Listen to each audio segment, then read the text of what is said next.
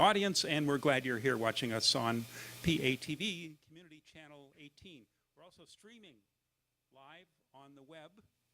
You can find the live stream at the PATV website, patv.tv. All right? Uptown Bill's his name for Bill Sachter, who's the guy with the beard in the picture behind me. Bill came to Iowa City after spending much of his life in a state institution for people with disabilities in Minnesota. He came with Barry Morrow, who's the guy on the right. Ultimately, a little coffee shop started up as a job for Bill. He became famous because his life story was the subject of 2 movies starring Mickey Rooney. Bill died in 1983, but the coffee shop stayed, and it's still there, and we're the crosstown cousin, Uptown Bills. That's all I'll say for now, but because we want to get started, got our first person tonight, Joe Brisbane, and he didn't say for sure, but my guess is he's probably reading a little bit from his next book. All right. Come on up, Joe. We'll find out in a little bit later what all this stuff is behind me. It looks like the electronics shop in my neighborhood.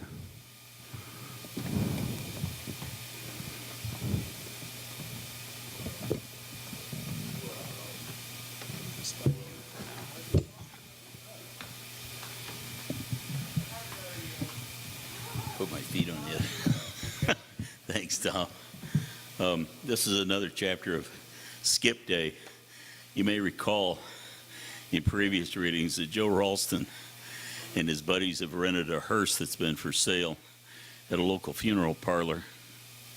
And for Skip Day, which is a day when the seniors at Enid High School in Enid, Oklahoma get the day off. And they have painted it with graffiti, and they've driven in the parade, and they've gone out to Meadow Lake Park. And and they tried to see how many students they could stuff into the hearse, because that was a big craze back in 1959. And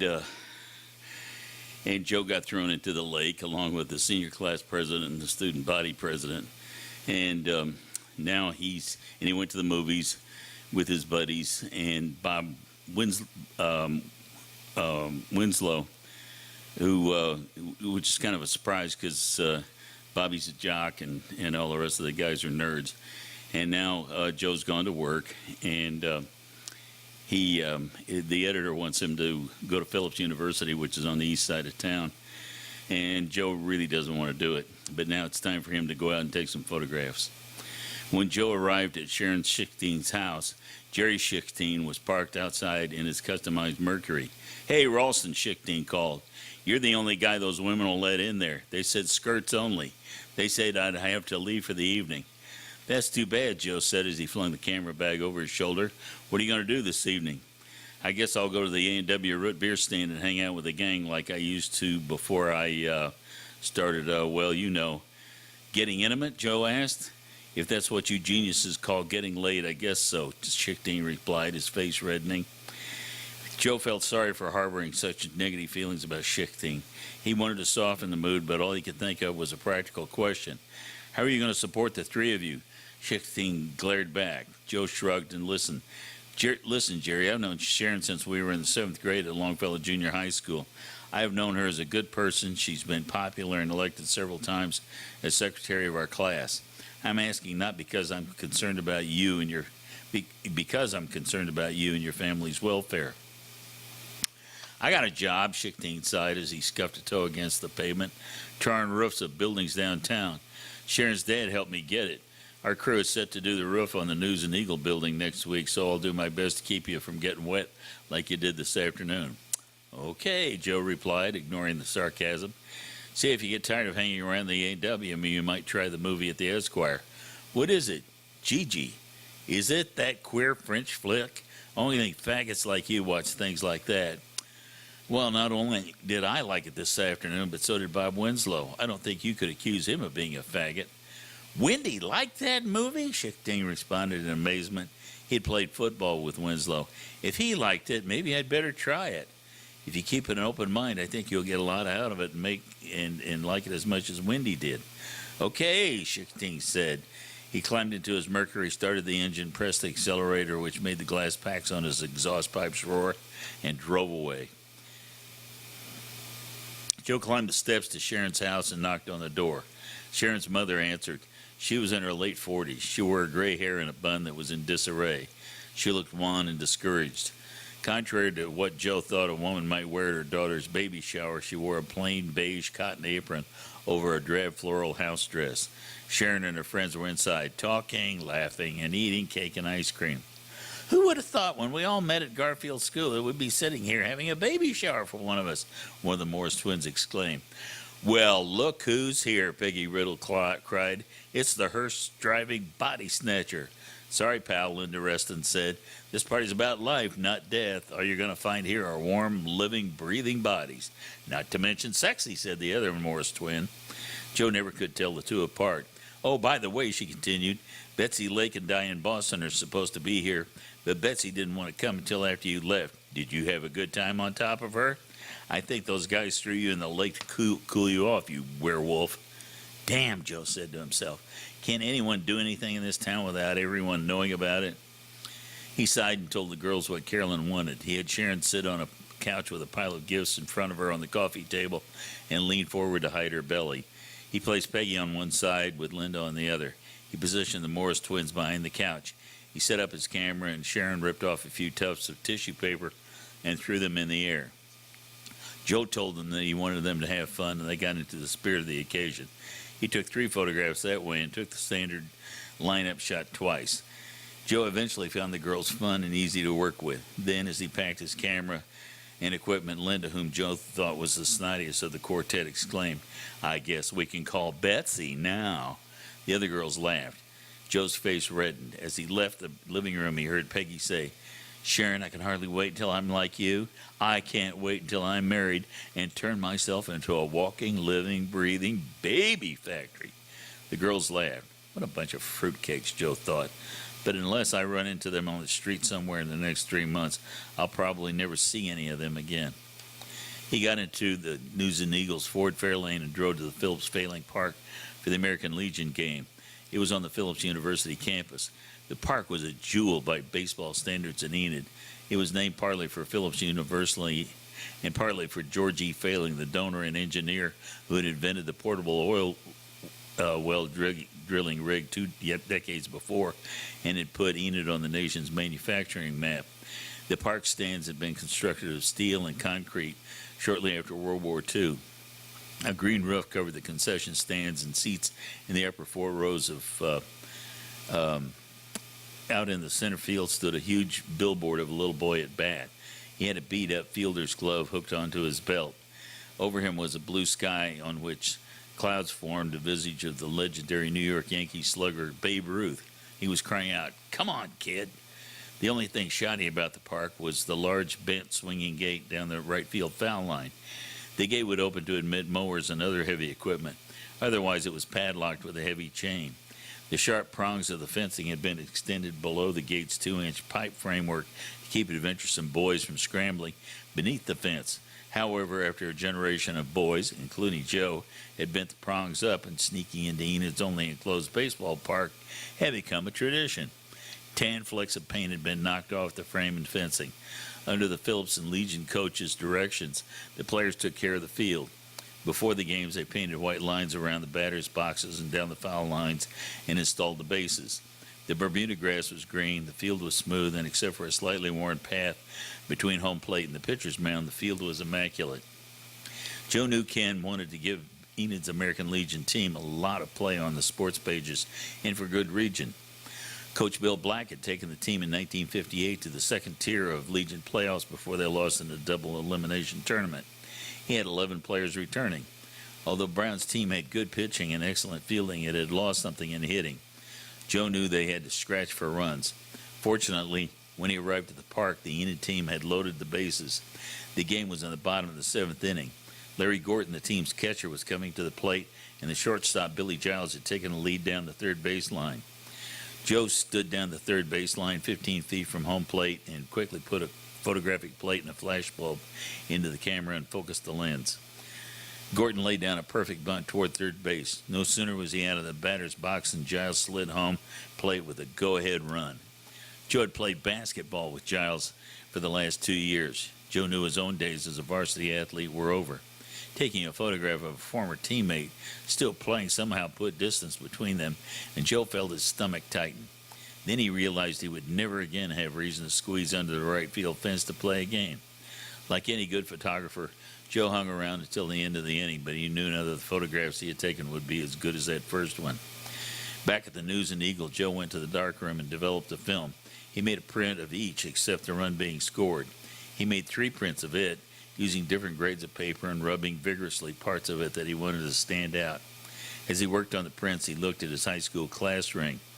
During the time he had been with the paper, the chemicals in the darkroom had turned the ring from bright gold to dark orange with umber grooves. Joe heard a knock at the door. He turned on the overhead light and opened the door. There was Ken Rollins. That's the sports editor. "How you doing?" he asked. Joe proudly showed him the prints. "Oh, this is the one!" he exclaimed, of the one of Billy Giles scoring the run. He rubbed his brown, tightly curled hair. You could even see dirt from his spikes flying through the air. Joe was pleased because Ken was every bit as good a photographer as Bill Edison, perhaps even better. "It could use a little more contrast," Ken continued, "but that's good enough for the morning edition. I have taught you well. I should run that at least 4 columns wide, so I'll have to rework the first page. But that, my friend, will be a pleasure. By the way, Bill needs you out front. He has a stack of photographs he needs for you to put through the Fairchild." The Fairchild machine is something that etches photographs in plastic. Joe trotted to the room where the Fairchild machine was and processed the photos. Most were from the Associated Press.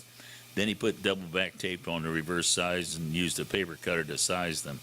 He then ran with them downstairs to the composing room, where Holman was running around the room looking at pages. He looked up and saw Joe. "Here comes our neighborhood necrophile," he shouted. "Hey, vampire, where's my 4-column Hearst shot?" "It's right there on the table," Joe replied, ready to be glued into the page form. Holman watched over to see if all the photos he had ordered were actually there. "Man," Vernon Goldtree, the composing room foreman, said, "he is really riding your behind tonight." Joe rolled his eyes. "Don't worry," Vernon whispered. "He wouldn't be doing this if he didn't like you. Your work on these photographs makes this newspaper look really good. And today you are not only reporting the news, you're making the news." "Well, that won't happen every day. Changing the needle on that machine makes for better etching." "Thanks, but you can thank Ken Rollins for telling me to change the needle every evening." "Are you going to keep this job and go to Phillips?" "Man, I wish you would." "I don't know," Joe said. "I still have a lot of stuff to sort out." He climbed the stairs back to the city room. Holman soon followed him. Papers from the press room soon arrived. The editors looked them over to see if any pages needed to be replated. "I don't see why you don't lead the baseball roundup with the St. Louis Cardinals," Holman joshed with Ken. "Well, it may have something to do with the fact that they're in the 2nd division and the Dodgers are in first place," Ken calmly replied. Carolyn Lemon appeared back in the city room. She's the society editor. She had returned for their nightly post-edition ritual with Holman that she had dubbed the Midnight Oats Club, or MOC for short. It consisted of the 4 of them driving to the Three Towers restaurant on the north edge of town, near where the KCRC radio station had its 3 towers. There they had a snack. Ken always ate oatmeal. He considered the meal breakfast. The quartet rarely left until after midnight, hence the name. Thank you.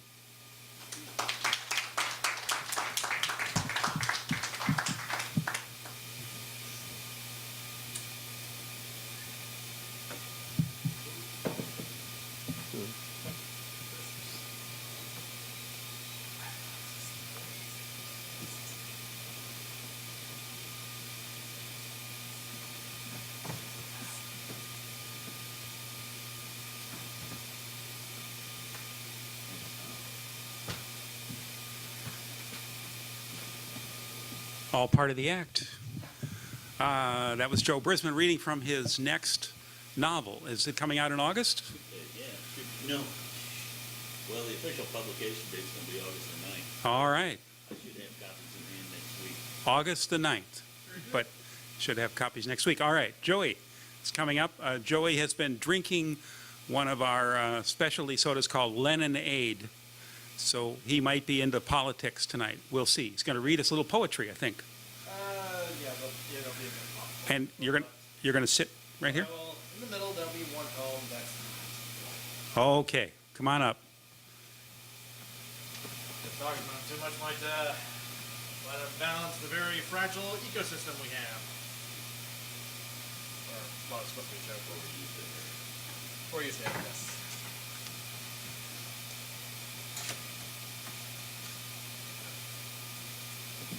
Take this up here with me.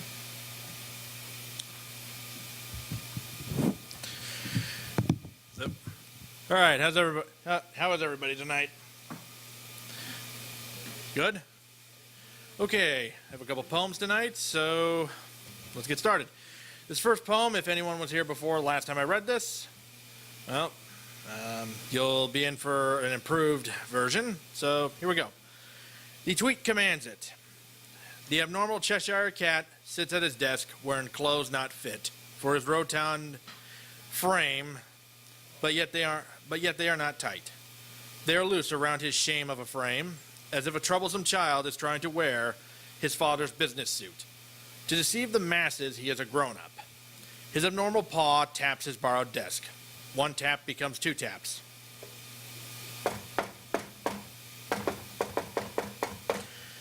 His obsessive tapping becomes so rapid, it is as if a woodpecker is creating a nest in his desk. The only item on this borrowed desk is not a picture, because he loves no one. No book, because he's allergic to intelligence. Or not even a real business planner. It is a phone that contains the bluebird of many songs, including happiness. But, you see, this bird is as sad as Big Bird. For our Cheshire cat has forced this bird to play not a harmonious melody, but a melody of malicious nonsense and lies. Of course, like any Cheshire cat, he has a wide grin that would make you cringe. But don't be fooled, for that grin is a mask that hides the ever-increasing rage and deep insecurity that has plagued him for most of his life. And these feelings want to leak out of every pore of his enlarged, round face. But it will have to wait its turn, as sweat escapes from those same pores and lands on the desk that is 4 sizes too small for the papered-skinned Cheshire cat. His beady yellow eyes stare at his window to the world on his child-sized desk. They were mean to him again. Their constructive criticism had pierced his fragile bubble of self-importance, and he must lash out to fix his wounded pride. But he was warned by his owners not to troll, not to retaliate, to spread his twisted sense of love and compassion. But no one is around. They never are this late at night. So the time to strike is now. His grin grows larger as the abnormally small paw circles his portal to the masses. Time to spread the love, for the tweet commands it.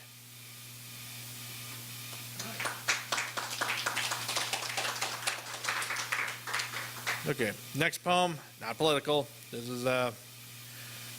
one's also a shorter poem, but anyway, is a jet black-haired girl that I know of. Anyway, raven-haired girl, you walked by me with a frown so down that I wish you would consider, you would confide me, my angelfish, what is going on in that raven-haired mind. The wind whispers in your ear from behind to remind you to untwine your mind and soul from the deep-sea depression of oppression that afflicts your whole soul. Raven-haired girl, I'm on your side. I wouldn't lie to the apple pie of my eye. Please abide my time with your heavenly presence, for you see, I can't pry my eyes from what hides in your raven-haired mind. The water flows slowly in front of you. To remind you of winter? No. But it knows your happiness is low. How does it know of your tears of woe? By the blank stare that is not a Care Bear stare. Raven-haired girl, please don't cry and try to see the world may have many flaws, but the world also has many joys that will give you pause. The world is not always winter, my dear. Now come close to the fire you desire. Don't mind the splinters, for you have the love of many, my dove, for you are my raven-haired girl.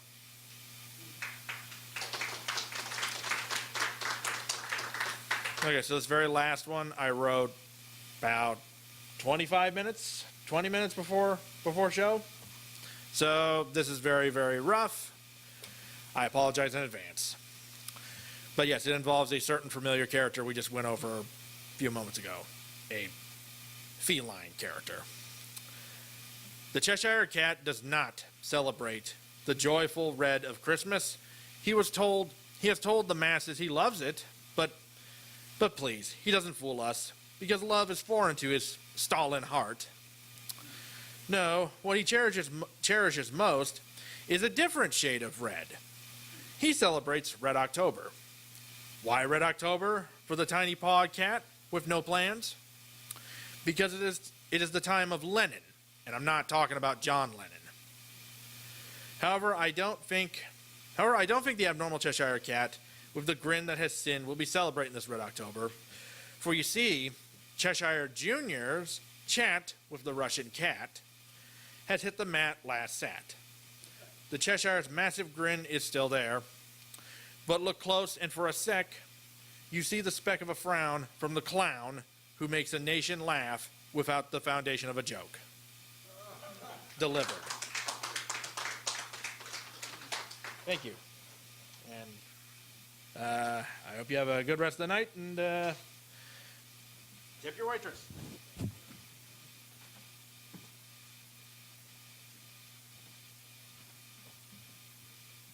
Thank you. That's Joey, and he was inspired by Lemonade right here. All right. We've got Joshua next. He's got a couple songs for us. Are you going to stand or sit? You want to sit? Okay. And do you want to plug in? All right. Let me get a cord for you, and we'll get you settled in here. See if you can find your way up here with all of these other things behind us. Where? The question I have too, but see if you can answer it better than I. Thank you, John.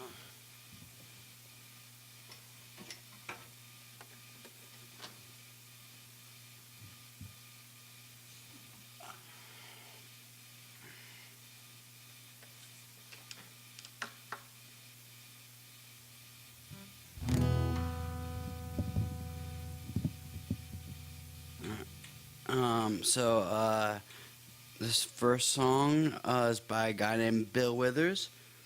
It's called Ain't No Sunshine.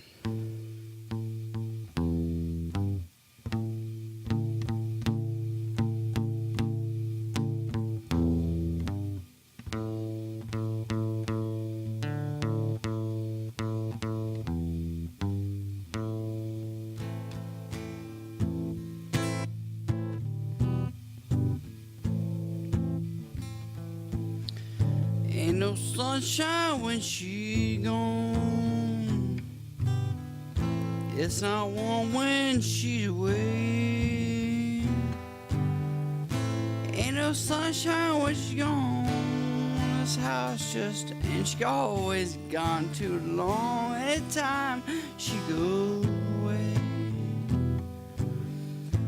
wonder this time where she gone. Wonder if she gonna stay. Ain't no sunshine when she's gone. This house just ain't no home. Anytime as she goes away. And I know. Gotta leave young thing alone, 'cause there ain't no sunshine when she gone. On the darkness every day. There ain't no sunshine when she gone. This house just ain't no home. At time as she goes away. Anytime as she goes. Anytime she goes away. Anytime she goes away.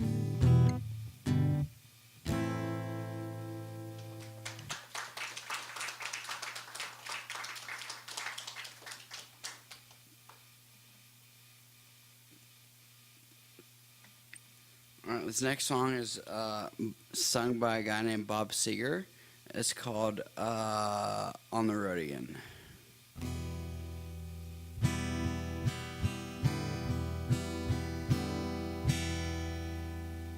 On a long, lonesome highway east of Omaha, you can listen to the engine moaning out his one note song. You can think about the woman or the girl you knew the night before.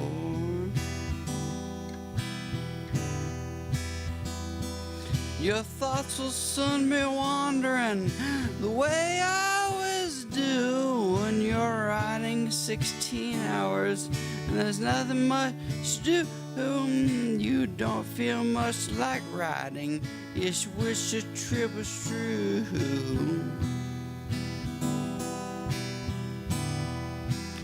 Say, here I am on the road again. Here I am up on the stage. Say, here I go,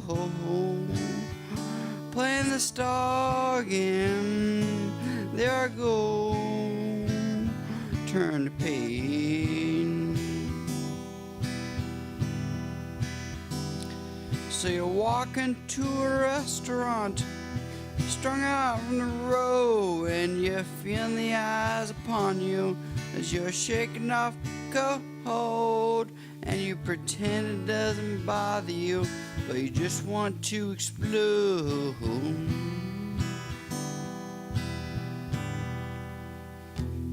Most times you can hear him talk, other times you can. All the same old cliches. Is that woman or is it a man? And you always seem outnumbered. You don't dare make a stand.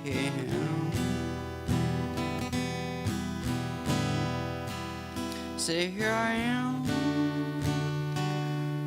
on the road again. Here I am up on the stage. Say, here I go home, playing the star again. There I go, turn the page.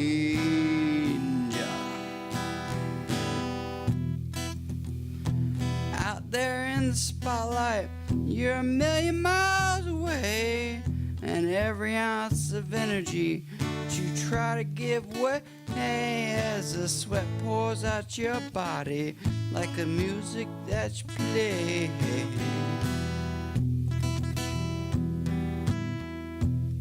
Say, here I am on the road again.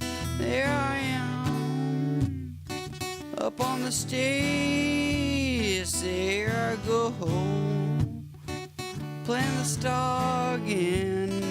There I go, turn the page. Say, here I am on the road again.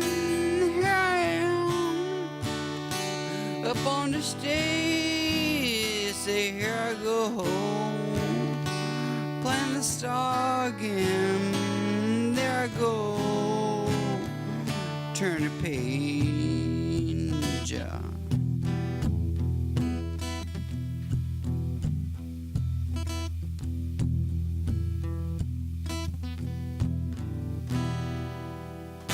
Thank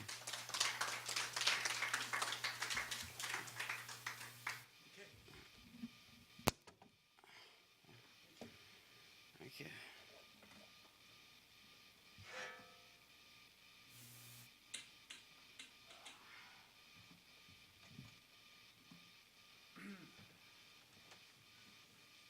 All right, that was Joshua, and now we've got the dynamic duo that's going to use all of this equipment behind us, JC and JP, with their electroacoustic experimental music. So we're looking forward to that. Let me tell you quickly that Saturday night we have folk singers from Massachusetts. Dan and Faith are here. They've been here before. Good stuff, almost all original. And then Sunday afternoon, we have a packed afternoon of music. Molly Conrad is coming back. Molly has been all over the country and in Europe. One of her very first concerts on her first tour was right here. So we're anxious to hear how it's been the last couple of years since we've seen her. She's bringing along another songwriter, John Franco. Then we have the City High and Friends Jazz Combo and Ferdinand the Bull, a folk Americana trio from Pittsburgh. So that starts at 2 o'clock on Sunday afternoon. If you're already confused, there's a calendar on the table by the door. And for those of you watching, you can check out our calendar at uptownbills.org. All right, enough for me. Let's get JC and JP set up.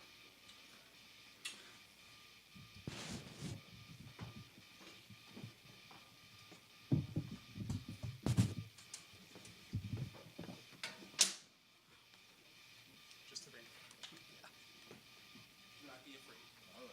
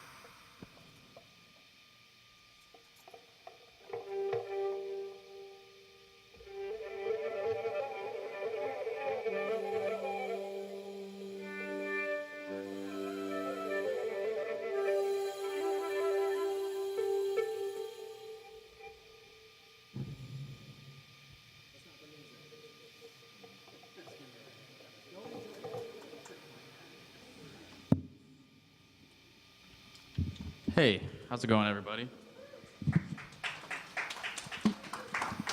Great. My name is Justin Comer. This is Jason Palomara. We are JCJP. I've got a little logo back here that we're going to block with our bodies like 80% of the show. And our website is jc-jp.com, and that's got all of our music on it. I don't really want to talk about anything if you just want to start playing. Is that good with you? All right. Here we go. We all prisoners, you sicky baby. We all locked in.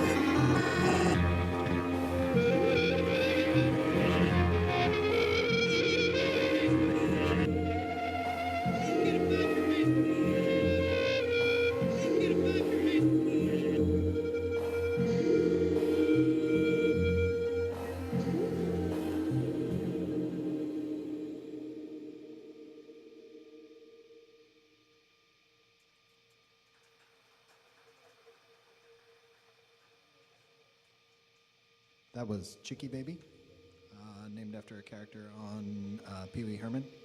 It's a great show.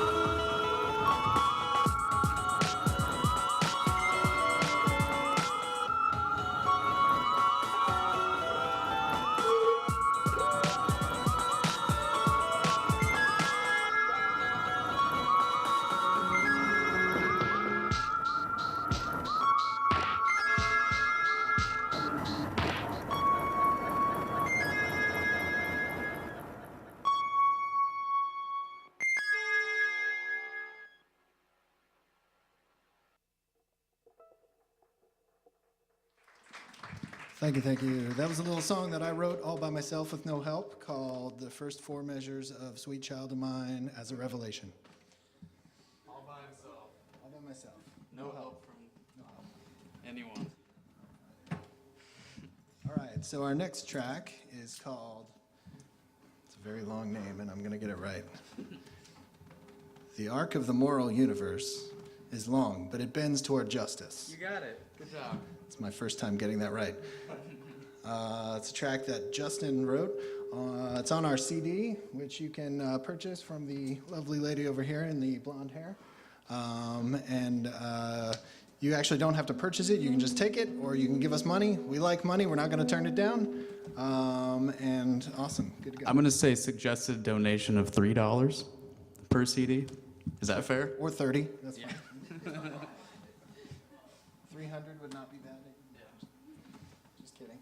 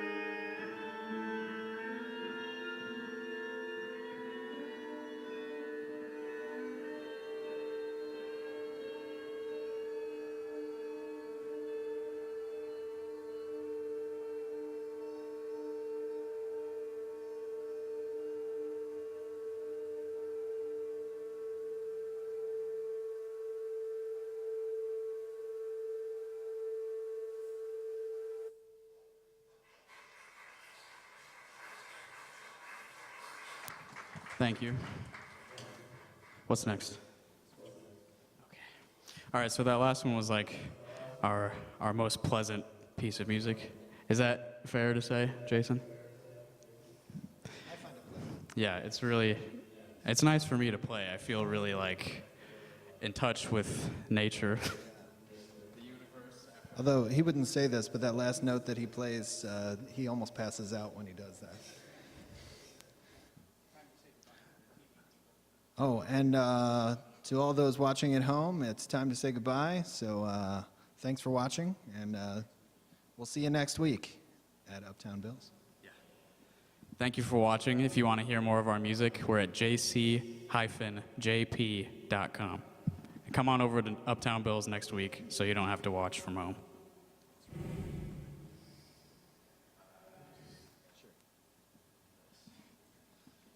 All right, so now that they're gone, the real show can start. They're not gone quite yet. Oh, sorry. No, wait. Just kidding, TV audience. It's about to get real up in here.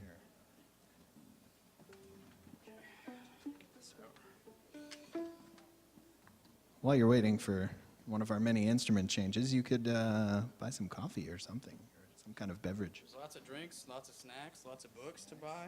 Book? It's good to read things. Wow, I'm way out of tune.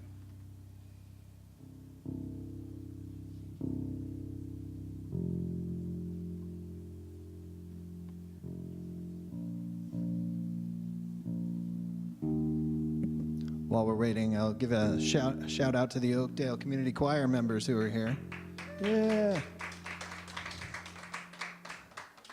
Thank you for coming.